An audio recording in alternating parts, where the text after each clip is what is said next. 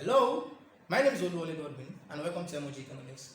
Our discussion on the market for factors of production continues today, and today we shall be talking about the factors affecting the supply of capital.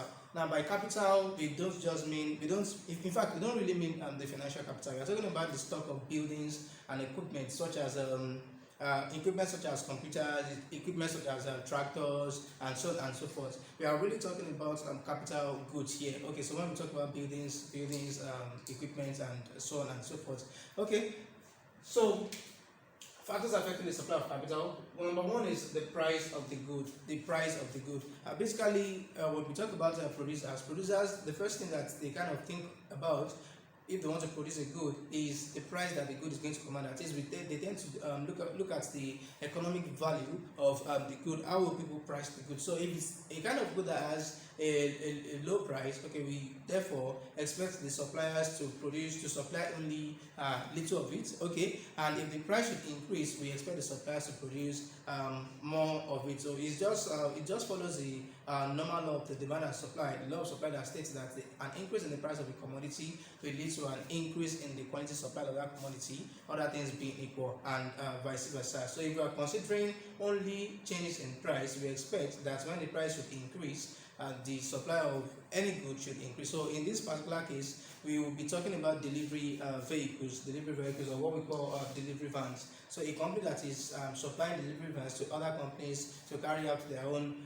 sales activities and so on and so forth. So an increase in the price of a delivery van, other things being equal, would lead to an increase in the quantity supplied of delivery vans by the company that produces the delivery vans, and so on and so forth. Now, number two is the cost of raw materials. Of course, we know that delivery vans are capital goods because a company produces the van for another company to use to do its sales and marketing activities. Now, in spite of that, there are other things that come into the production of delivery vans and themselves, and all of those things are simply called raw materials, or they are called input. So if there is a significant increase in the price of these inputs, that is, it end up increasing the cost of production significantly, we therefore expect that the company producing the delivery vans will produce less of the delivery vans, okay, and if the cost of production should reduce significantly, other things being equal as well, we expect that the company producing the delivery vans will produce more of the delivery vans. It will supply more of the delivery vans into the market. Now, I want us to note that production is different from supply. So here I'll just be talking about supplying more of the goods into the market, because a producer could produce 1,000 output and at the end of the day supply only 500 of it into the market. So production is not supply. Now, number three, technology. Okay, let's say that if the technology that is utilized in producing delivery vans suddenly becomes better, and this simply means that with the same amount of input, the producer of delivery vans can produce more of the vehicles compared to the position that it was before. Other things being equal, that is not changing every other factor that influences the supply of delivery vans. So that's what we mean by saying other things being equal. So other things being equal, we expect that when the technology becomes better, that more delivery vans will be supplied into the market, okay, and when the technology becomes worse, we expect that less of the vans are supplied into the market. Of course, technology usually remain the same, or they tend to become better. So it's might not be easy to get a place or to find a company where the technology becomes worse. But in case that happens, a worse technology simply means that the company is not being efficient at all. That is, it is now producing less with the input that it is using compared to when it was when the technology was better. So what we basically talk about, if there's a way by which production process could be carried on that could make it better, that could make it faster, okay, with the same amount of inputs, that could increase the quality, okay. So now we have some goods that the when we talk about computers, for example, when there is a better technology, that might not necessarily translate into more computers being supplied into the market, but we might just have this the same amount of computers being supplied into the market, but with increasing quality, so it might be technological change might bring about more quality, technological change might bring about more constant. In fact, sometimes or many times it might bring about an increase in both, an increase in the quality and an increase in the quantity. All of these would tend to lead the producer of the commodity to supply more of it into the market. Now, number four, producers' future expectations of prices. Producers' future expectation of prices. So let's assume that the producer of delivery vans expects that in the future the price of delivery vans will go up. So what do you think is likely to do? Is likely to alter, is likely to lower the production and the supply of, or is likely to alter the supply of its vans now, okay, compared to when the future comes. All right. So if you expect that the price is going to increase in the future, of course, that means in the future, more profit, more revenue is expected to be generated. So the producer of delivery vans might just decide to supply less delivery vans now and supply more in the future. Now, number five is socioeconomic condition. And socioeconomic condition is just talking about what is basically going on in the country in terms of the economy as well as other things. So let's assume that the supplier of the company that demands the product of the delivery vans is in a country where there is insecurity, where there is where there are killings and so on and so forth. So the supplier of delivery vans is likely not to is likely not to supply a lot of his delivery vans into that country or to that company in that country, simply because its goods might be destroyed along the way by bombs and so on and so forth, the insurgents and so on and so forth. Okay, and the goods might be stolen, and a lot of things could happen to the goods. So if the producer considers it unsafe to supply its commodities into to another company or into the market or to another country, as the case may be,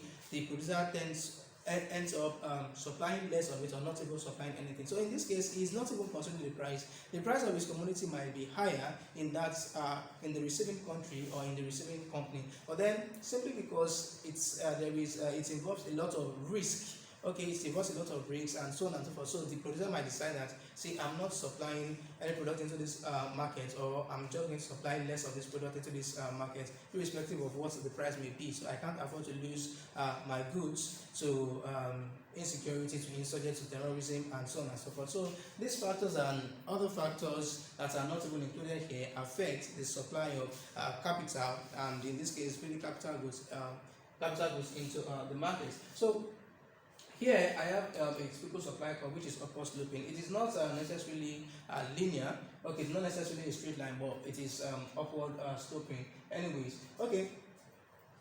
When the price of capital, so here we're talking about delivery van. So when the price of it is at this point, this is the quantity produced, and when the price increases to this, now this is the quantity produced, which is telling us that the higher the price, the higher the quantity of it that is being supplied. Okay, sorry for that. So when the price of this increases to this, it leads to an increase in the quantity supply from K1 to K2. Other things being equal, so when it falls, then when the price falls, it acts as a disincentive to suppliers. Okay, and then the quantity of the vans supplied into the market then falls. Other things being equal. So this happens to be the initial position. So if you are coming from the lower price, so the higher price, so as long as we are on the same supply curve, it is a movement, and that is called a change in the quantity supply. A change in the quantity supply. So here it's talking about delivery vans. So here we have a change in the quantity supplied of delivery vans. So this is the other graph. So you see here there is a shift. You have a change in the position of the supply curve. Now what this is really talking about is that at the same price as PK1, we could have different amount of delivery vans that would be supplied into the market. So here we are going to be having a change in supply of delivery vans, a change in supply. So A change in supply of delivery vans occurs when there is a movement of the curve, or when there is a shift of the curve from an initial position to another position, and this is caused by every other factor affecting the supply of capital except the price of the commodity itself, And what that simply means is that at the same price, so price is not changing at all, at the same price, different quantity of vans are being supplied into the market. So we have, let's assume that there is a change in the cost of raw materials, for example. Okay, so a change in the cost of raw materials. We don't have raw materials on this axis. We don't have raw materials on this axis as well. But then it is a factor that influences the position of this curve. So when there is a change in the cost of raw materials, of course, if the raw materials become cheaper, we expect that the supplier will be able to produce more of the commodity into the market. So the price is not changing, it is the cost of raw materials changing. So that is why the price is the same. Okay, so we have, this is the initial position.